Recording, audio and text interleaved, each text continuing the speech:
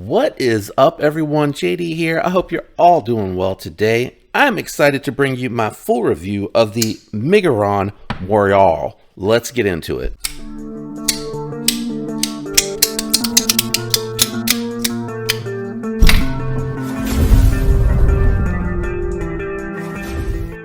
All right, what we'll be doing today is we're going to go through the knife specs, we'll do some size comparisons, and I will jump into my thoughts and impressions of the Moyarl. Today we're going to start with the budget knives, and I'm going to bring out the Elementum 2 button lock and the Praxis. As you can see here, the Moyarl is kind of that middle of the road size, right in between the two of these knives. Let's go ahead and get the button lock out of the way, and we'll go ahead and bring out the Benchmade bug out. And as you can see, the bug out is actually really close in size to the Moyarl. And then we'll go ahead and bring out the SIG K320 made by Hogue. And as you can see, a little bit smaller, but really equal in size to that bug out. Let's get the bug out of the way. We'll go ahead and bring out the Demco AD 20.5. And as you can see, it's just a hair longer than the AD 20.5. And then we'll also go ahead and bring out the Shaman. And the Shaman, as you can see, is just going to be much larger overall. Next, let's go ahead and do some quick side profile comparisons so you can get an idea of the thickness of the knife. I like to do this so you can get a sense of how it's going to carry in pocket and how it'll be in hand. So here it is against the Demco AD 20.5. You can see it is thicker, a little bit more chunky. Here it is against the Benchmade bug out.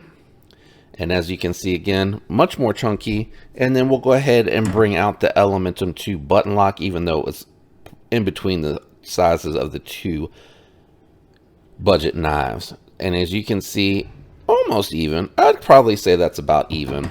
All right, let's go ahead and jump into my thoughts and impressions. So the motivation behind looking at the Moyarl is that I had the Valona on not too long ago, and it really impressed me, but it was a little bit bigger. Not that you can't EDC that, but typically for me, who likes to carry a little bit of extra gear, I don't normally carry something quite that long unless I'm just carrying it by itself. That's where I felt like the Moyarl came in, is because it is that EDC size. I can carry additional gear. It's going to be a little bit lighter too. It's going to carry a little bit nicer in the pocket, and that's one of the reasons that I wanted to look at this. Let's go ahead and jump into the ergos. You can see it does have a little bit of jimping going on with the texturing. Nice texturing. I'm sorry, with the scales. Nice texturing, but not overly done, not overly aggressive. So it feels comfortable and it gives you that grip, but it doesn't cause any type of sanding sensation when you're taking it in and out of the pocket. It does have a reversible pocket clip that is milled from titanium. Really impressive at this price point, which we'll get to here in just a moment. You see here it has about 30% lockup. You have steel liners on the inside that are milled out for weight reduction. G10 backspacer to help make sure that you have solid construction, and the G10 again on top of the steel liners. Nice stop pin back here, does not impede any of the sharpening. It is far behind the sharpening choil there, which is way up here on the knife. Nice job there. Great access to the thumb hole, easy to get to thumb flick and reverse flick, and quite satisfying as far as the detent. It is a very snappy knife to deploy. I really like that a lot. The action's really smooth. It was a little, I wouldn't say stiff. I would say it was more like a shake shut, and now it's almost a fall shut, so it's breaking in very nicely. Again, that access to the lock bar, really good.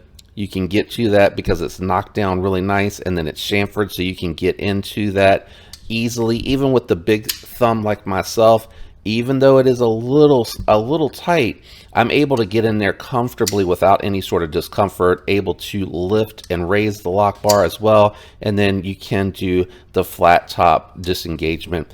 No issues with that whatsoever. Really fun to fidget with this. As you can see, I've flipped it like I don't even know how many times, just showing you the deployment method. But I really like the pear shape or keyhole shaped hole, it is really good because you can come into the top for the thumb flick and then you can go down a little bit lower for the reverse flick. It works really nice. It is sharp, but it is not uncomfortable. It's just enough to catch the finger and deploy without feeling like it's cutting or too sharp or uncomfortable to deploy. So if you like to fidget, it's going to be a really good opening hole for you for that.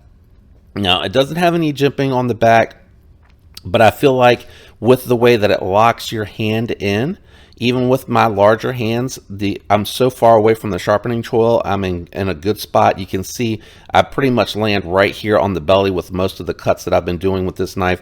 So really comfortable, and the no jimping is not a problem. It's completely flat on the back with the edges knocked down nicely so that it's comfortable. A little jimping right about here would have been good for that detailed work, but it's not necessary. I'm able to get such a good grip onto the knife that I have no issues with the controlled cuts whatsoever.